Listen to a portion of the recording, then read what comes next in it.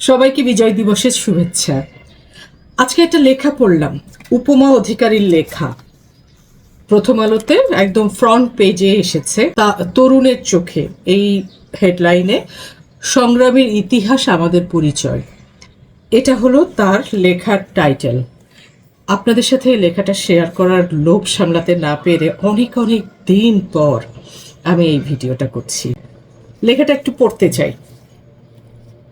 মুক্তিযুদ্ধ তো মায়ের জন্য লড়াই, তাই লিখতে শুরু করেই মনে পড়ে গেল মায়ের মুখে শোনা একটি গল্পের কথা। তখন মুক্তিযুদ্ধ চলছে, পাকিস্তানি মিলিটারি পাশের গ্রামে ঘাঁটি গেড়েছে। লুটপাট শুরু হয়েছে বলে সবাই পালিয়ে যাওয়ার প্রস্তুতি নিচ্ছে। সমস্যা হলো এক বাড়ির ৯-১০ বছরের ছোট্ট মেয়েটিকে নিয়ে। মেয়েটা প্রতিবন্ধী, ভয় পেলে চিৎকার করে, তাই সঙ্গে নিয়ে গেলে ধরা পড়ে যাওয়ার আশঙ্কা বেশি। উপায়ান্তর না দেখে মেয়েকে আর মেয়ের থুতথুড়ে বুড়ি ঠাকুরমাকে বাড়িতে রেখেই সবাই চলে যায়। এরপর যেদিন সবাই ফিরে আসে, দেখে মেয়েটি মারা গেছে।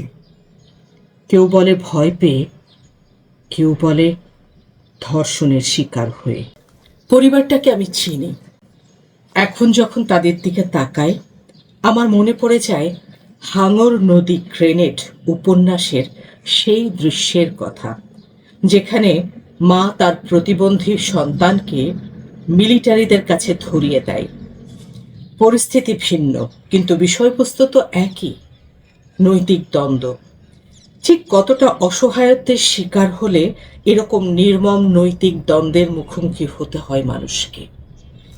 যুদ্ধ সরল রৈখিক কোনো ব্যাপার নয়, যদিও পরে অনেকে মুক্তিযুদ্ধকে একটা ছাঁচে ফেলার চেষ্টা করেছে। তা করতে গিয়ে কখনো শাসকের পক্ষের বয়ান লেখা হলো, কখনো বা নিজের পক্ষপাতই চাপিয়ে দেয়া হলো। এরপর বইয়ের পাতায় সঠিক ইতিহাস খুঁজতে খুঁজতে যখন হাঁপিয়ে যাই, আবার ফিরে আসি জনসাধারণের গল্পে। দেয়ালে পিঠ ঠেকে যাওয়ার আগ পর্যন্ত যুদ্ধ তো কেউই চায় না। এদেশের মানুষের সংগ্রাম তো ৭১-এ হঠাৎ করেও শুরু হয়নি, হয়েছে সেই ৫২-তে।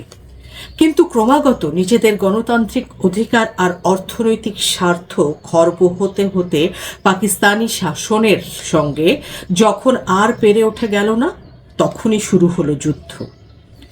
মনে পড়ে আমার গ্রামের এক দাদুর কাছে শোনা গল্প। তাদের কয়েকটা পরিবার যখন গ্রাম ছেড়ে পালাচ্ছে, পথে জন্ম হয় ওনার ছোট্ট ভাইয়ের। ওনার বাবা ছিলেন বাস্তববাদী মানুষ। বাচ্চাটাকে ফেলে যেতে বলেন। এত রাস্তা কিভাবে বয়ে বেড়ানো যাবে এই ছোট্ট শিশুকে?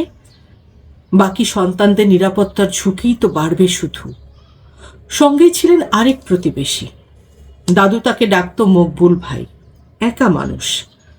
তিনি বাচ্চাটার দায়িত্ব নিলেন। মুক্তিযুদ্ধ বলতে আমার কাছে ছিল আত্মীয় স্বজনের কাছে শুনে আসা এসব স্মৃতি। আবার কখনো বা সাহিত্য, নাটক, সিনেমায় খুঁজে বেড়াতাম ইতিহাসকে। পরে যখন বুঝলাম যে বেশিরভাগই একপক্ষীয় বয়ান, প্রতারিত বোধ করতাম। তৃতীয় চতুর্থ শ্রেণীতে যখন পড়ি, ছোট হলেও লক্ষ্য করেছিলাম পাঠ্য বইয়ের বয়ানে হঠাৎ একটা পরিবর্তন। খটকা লেগেছিল অল্প, তবে মনে আছে কোনো পাঠ্য বই আমার কাছে মুক্তিযুদ্ধকে অতটা আপন করে তুলতে পারেনি যতটা পেরেছিল আমার মা দাদুর গল্পগুলো। এরপর তো মুক্তিযুদ্ধ বলতে শুধু থেকে গেল চেতনা, আর চেতনার ব্যবসার বিপরীতে মুক্তিযুদ্ধকে খারিজ করে দেওয়ার রাজনীতি। যেই সংগ্রামের ইতিহাস আমাদের রক্তে বহমান, তার সঙ্গেই এক ধরনের বিচ্ছিন্নতা ঘটে গেল। নিজের পরিচয়ের উপরেই আর অধিকার থাকলো না, বরং নানা সংশয় তৈরি হলো। এই জন্য সংশয় দূর করার কেউ ছিল না, কিন্তু বাড়ানোর জন্য তৈরি ছিল অনেক রকম বয়ান।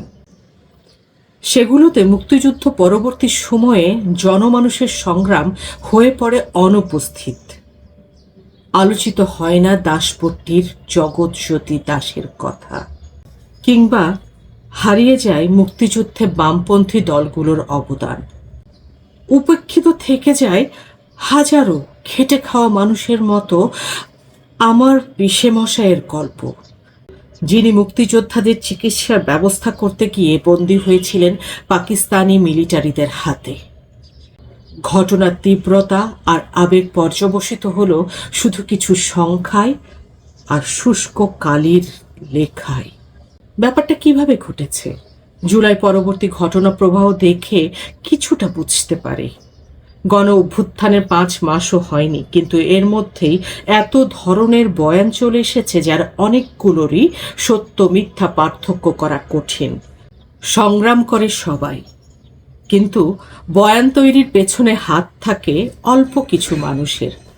কখনো তারা শাসনের বৈধতা দিতে বয়ান বানায়, কখনো নিজের ভাবনা চিন্তা চাপিয়ে দিয়ে সরল রৈখিক ইতিহাস রচনা করে। ঢাকা শহরে বড় হওয়া শহীদ শাফি ইমাম রুমি আর গ্রামের কৃষক মুক্তিযোদ্ধার দর্শন আর বোঝাপড়া নিশ্চয়ই এক ছিল না। এক ছিল তাদের নিপীড়নের বিরুদ্ধে সংগ্রাম আর সুন্দর একটা দেশের স্বপ্ন। সেই সংগ্রাম আর স্বপ্নের ইতিহাসই আমাদের আত্মপরিচয়। আমাদের সেই পরিচয় কেড়ে নিয়ে যাতে কেউ সুবিধা ভোগ করতে না পারে, সেদিকে লক্ষ্য রাখাই এখন গুরুত্বপূর্ণ। আমার কাছে না লেখাটা ভীষণ ভালো লেগেছে, আর তাই আমি আপনাদের সাথে শেয়ার করার লোভ সামলাতে পারলাম না। উপমা অধিকারী, বয়সে তরুণ, কিন্তু চিন্তায় অনেক অভিজ্ঞতা সম্পন্ন মানুষের মতো ওনার চিন্তার বহিঃপ্রকাশ দেখলাম। আর এই বহিঃপ্রকাশগুলো এখন তরুণদের মধ্যে, আমাদের মধ্যে, আমরা যারা উট পাখির জীবন যাপন করছি সকলের মধ্যে নতুন করে আবারও সেই আদর্শটা জাগ্রত হওয়ার সময় এসেছে। আমরা সবাই আমাদের দেশকে ভালোবাসি, আমরা বাঙালি, আমরা বাংলাদেশি। এই হলো আমাদের অহংকার, গর্বের বিষয়। এই গর্ব অটুট থাক, আমৃত্যু আমরণ। দেশের জন্য ভালোবাসা থাক সকল সময়। দেশের মানুষ সুখে থাক, শান্তিতে থাক, নিরাপত্তা এবং দুর্ভাবনাহীন জীবন কাটাক। এটাই হলো আমাদের চাওয়া। সবাই ভালো থাকবেন। আবারও সবাইকে বাংলাদেশের বিজয় দিবসের শুভেচ্ছা জানাই।